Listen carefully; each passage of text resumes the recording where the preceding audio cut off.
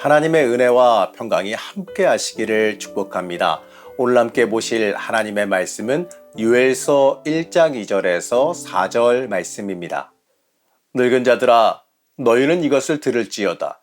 땅의 모든 주민들아 너희는 귀를 기울일지어다. 너희의 날에나 너희 조상들의 날에 이런 일이 있었느냐. 너희는 이 일을 너희 자녀에게 말하고 너희 자녀는 자기 자녀에게 말하고 그 자녀는 후세에 말할 것이니라. 팥중이가 남긴 것을 메뚜기가 먹고 메뚜기가 남긴 것을 느치가 먹고 느치가 남긴 것을 황충이 먹었도다. 엔게디 말씀 묵상과 함께 하시는 성도님들을 축복합니다. 하나님의 은혜와 사랑을 체험하시는 날이 되기를 축복합니다.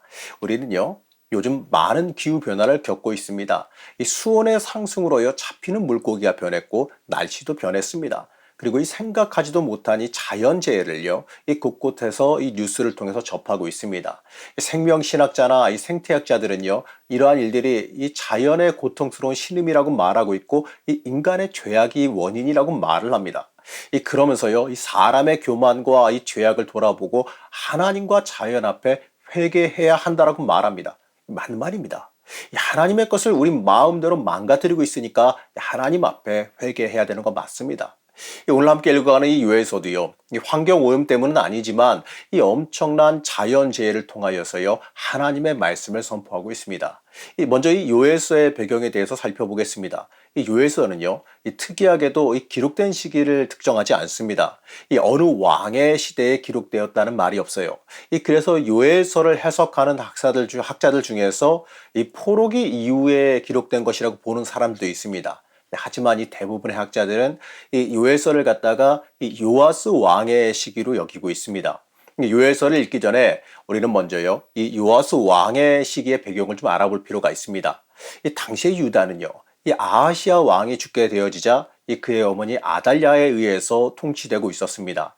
이 아달랴는요, 이세벨의 딸입니다. 이 이세벨의 딸인 아달랴는요, 자신의 아들 아하시아가 죽게 되자 이 자신의 자신이 유다 권력을 잡기 위해서 심지어 자신의 그 손자들, 왕이 될 수 있는 가능성 있는 후계자들인 그 손자들까지 다 살해하는 악행을 저질렀습니다.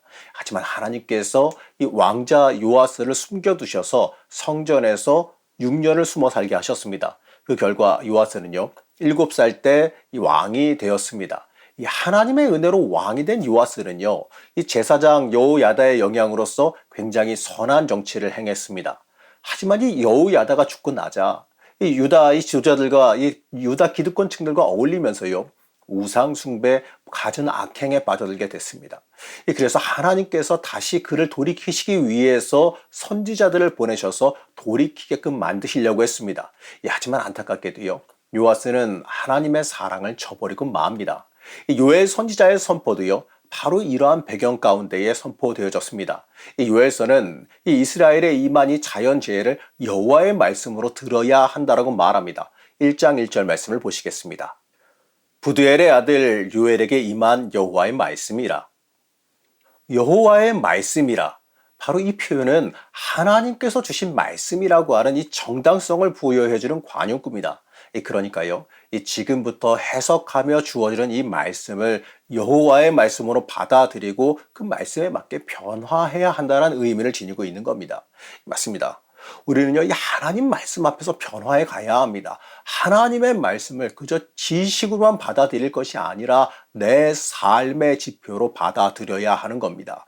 내가 변하며 살아가야 되는 내 삶의 목적이자 내 삶의 지침으로서 하나님의 말씀을 받아들여야 됩니다.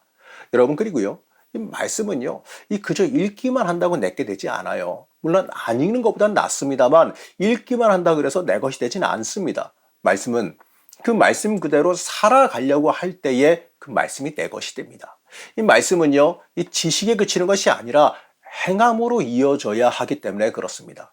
그러한 의미에서 이 요엘 선지자가 주는 이 말씀은요, 이 위기 상황 속의 이스라엘 사람들에게 이제 돌이키고 지켜 행해야 되는 지침으로서 주어진 말씀이라는 겁니다.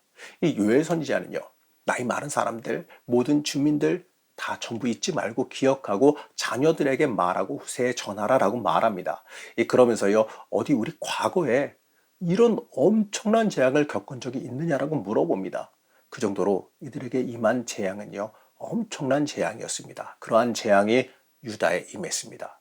자, 그러면 그 당시에 이스라엘에 엄청난 자연재해가 일어났다고 하는데 그 재앙이 뭐겠습니까? 그 재앙은요, 바로 메뚜기 떼의 습격입니다. 4절 말씀을 다시 한번 보시겠습니다. 팥중이가 남긴 것을 메뚜기가 먹고 메뚜기가 남긴 것을 느치가 먹고 느치가 남긴 것을 황충이 먹었도다. 우리가 살아가고 있는 이 대한민국에서는 이 메뚜기 떼가 발생하지 않기 때문에 이 재앙이 얼마나 큰 재앙인지가 실감나지 않으실 겁니다. 하지만 여러분, 인터넷이나 그 유튜브에서 조금만 영상 찾아봐도요, 이 메뚜기 떼라는 게 이 어마어마한 재앙이라는 것을 쉽게 알게 됩니다. 이 메뚜기 떼가 발생하면요, 이 수킬로미터에 걸쳐서 이 수천만 마리의 메뚜기가 형성된다 그럽니다.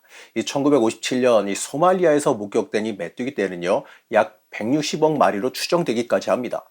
이 메뚜기는 평균 130일을 생존하는데 하루에도 한 100km 정도 이동하면서 이 자기 몸무게 3배, 4배, 5배까지 먹어치운다 그래요. 그리고 그 메뚜기들을 움직이다 보면 걔들도 죽으니까 그 메뚜기들 사체들이 쌓이게 되는데 그 사체로 인해서 전염병까지도 발생한다고 합니다.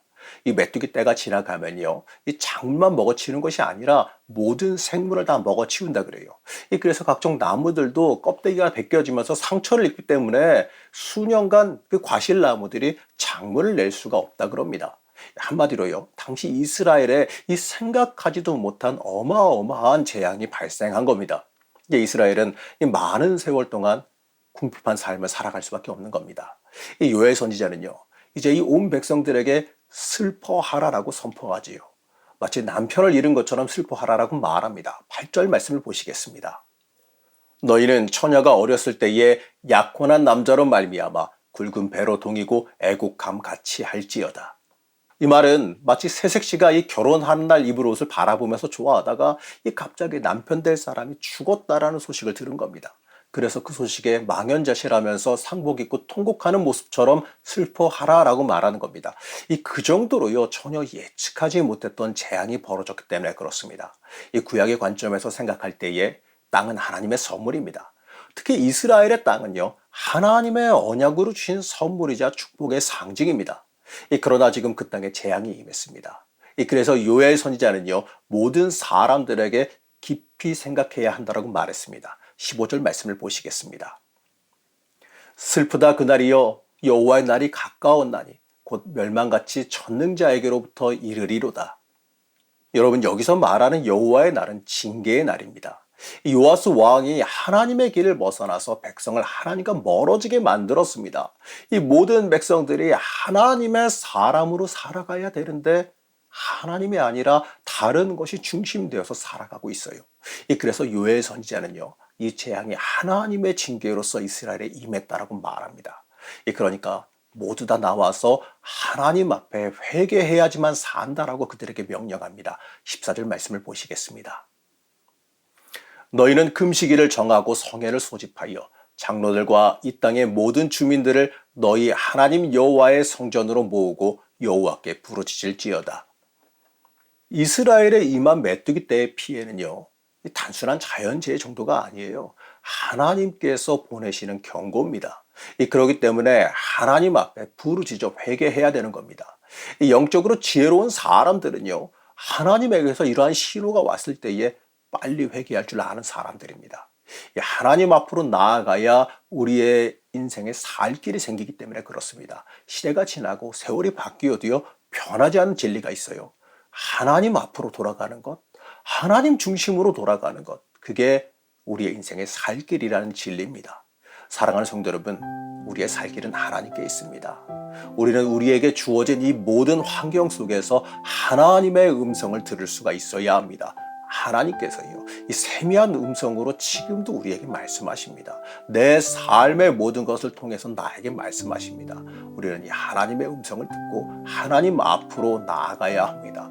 회개하며 하나님 앞에 엎드리는 사람은요, 회복과 소망을 경험하게 될 겁니다.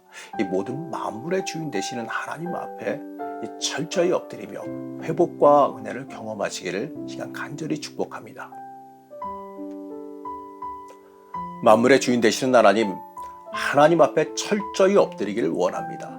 우리가 이 하나님께 온전히 나아가지 못했음을 이 시간 회개합니다. 하나님 중심으로 살아가지 못하였음을 이 시간 회개합니다.